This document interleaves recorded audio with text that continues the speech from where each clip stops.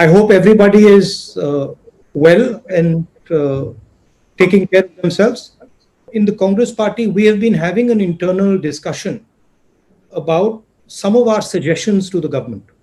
And I thought in this press conference, I would lay out some of the ideas that are being discussed internally in the Congress party. And it is in the spirit of attempting to help the government and to provide some sort of input from our side. You know that we've been now 45 days in lockdown, and we are beginning to run into a little bit of a problem. There is a very strong feeling that we need to immediately, without any delay, get this package to our small and medium businesses, get money into the hands of the poorest Indians, have a strategy for our migrants, and start preparing properly for the opening of this lockdown. So that is what I wanted to discuss with you. Feel free to ask me whatever questions you like.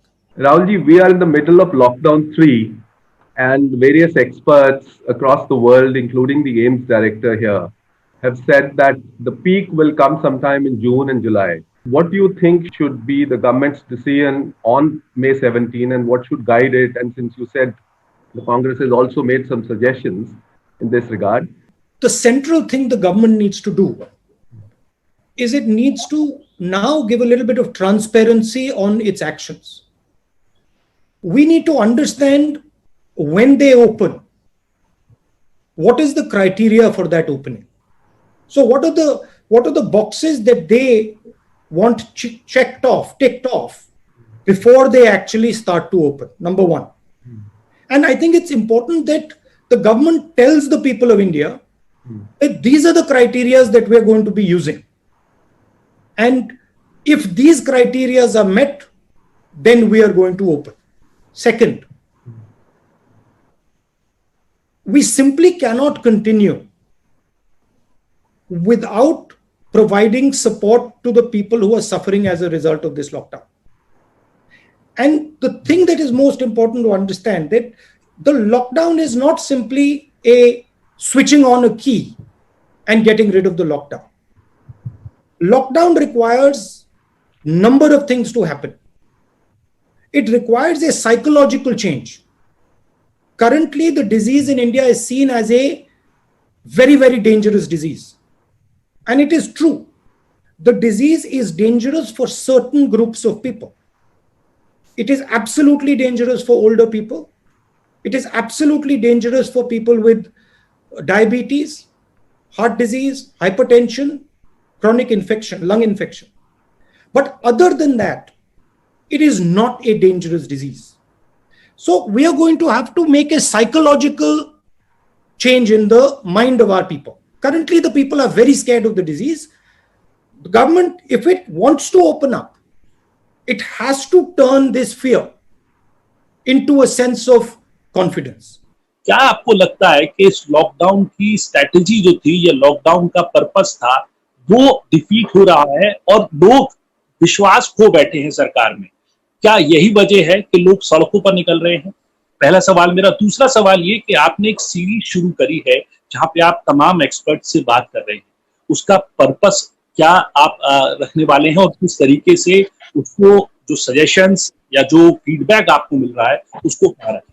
देखिए, ये criticise करने का time नहीं है और मैं criticise नहीं करूंगा। जो जिस सिचुएशन में हम अब हैं उस सिचुएशन से हमें आगे बढ़ना है और निकलना है एक प्रकार से।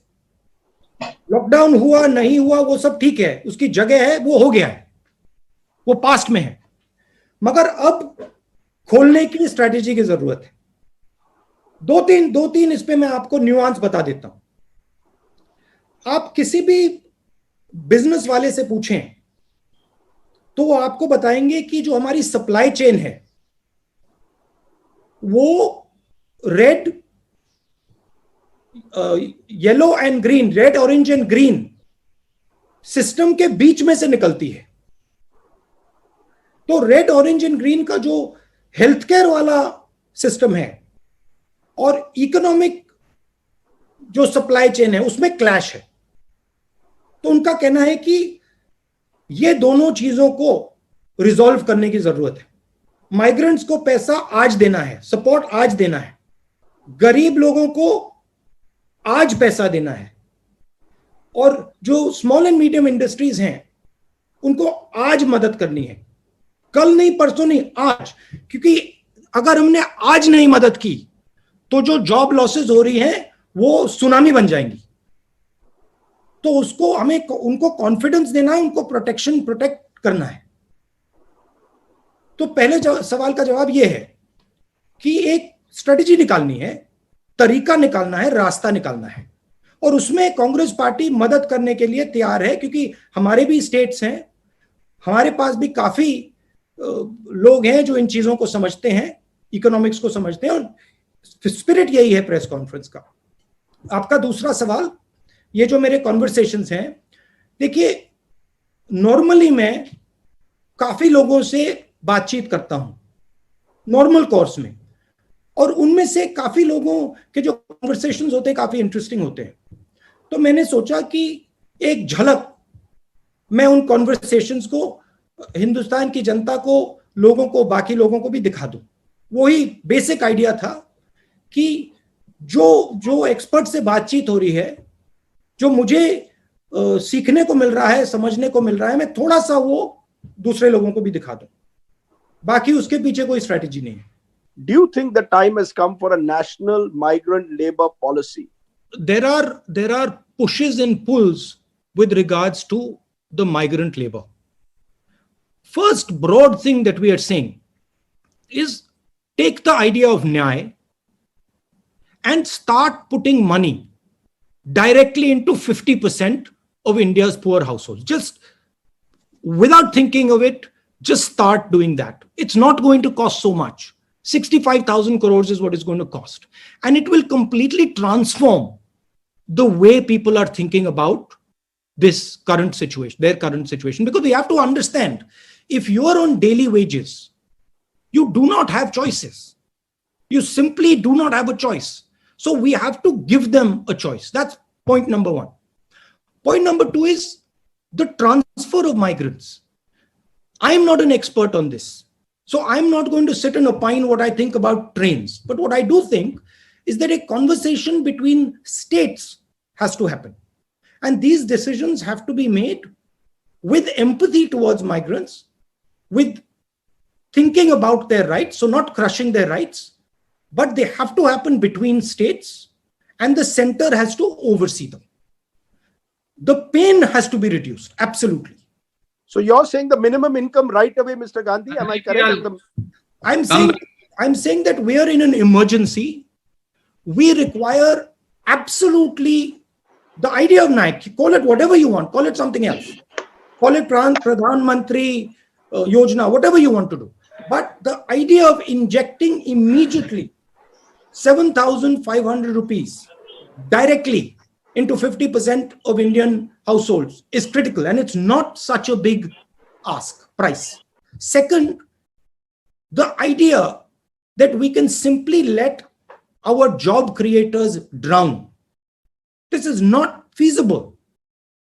We have to protect them. We have to make sure that we give them a wage protection scheme, 1 lakh crore wage protection scheme, and 1 lakh crore credit guarantee scheme to MSMEs. And then we have to give them 6-month interest subsidy. So we have to build a wall for them so that they can fight what is coming. We have to give them we have to build a financial support behind them. Look, it is pretty clear that a lot of these companies are going to go down. If we do not do anything, massive number of them are going to go down. So we have to ensure that we build a wall and we protect as many of them as possible. Now, there's another thing here, which is something important, that when we think about India's business system, we cannot simply say MSMEs and not big business, because there is a link between big business and MSMEs. most of the stuff the MSMEs supply goes to big business. So if your big business isn't firing, your MSMEs can't fire. So there has to be a view where we are thinking systemically, where we are working to start the economy, where we are certainly giving much more benefit to the small and medium industry, but we're also keeping in mind that there is a link between large business and small and medium business. And if we suddenly say, okay, only SMM, only small business is going to be helped and big business is going to be left to its own devices, we'll actually harm small business as well. Thing to understand in this current situation is everything is connected. And if you want to start the engine, you cannot think of starting just one part of the engine. You've got to start the whole engine. That is why creating demand, putting money into the system, putting money into poor people's hands, helping small and medium businesses, making sure you're protecting some of the larger players. These are all things that are interlinked if you want to start the economy. We haven't still heard from the government anything about fiscal deficit, fiscal assistance package. Why is it necessary? The assistance is necessary. Why? No, sorry, you're saying the assistance is necessary. Why? Why is it necessary? Why is it essential to announce it soon? Because the Indian economy stopped. Because businesses are collapsing. And you need to create demand immediately. You need to get the system started. Otherwise, we'll have a catastrophe. Right? Now, I understand that there is a view in the government that if we move too fast and we spend too much money, we might end up getting a downgrade, and we might end up creating problems with the rupee.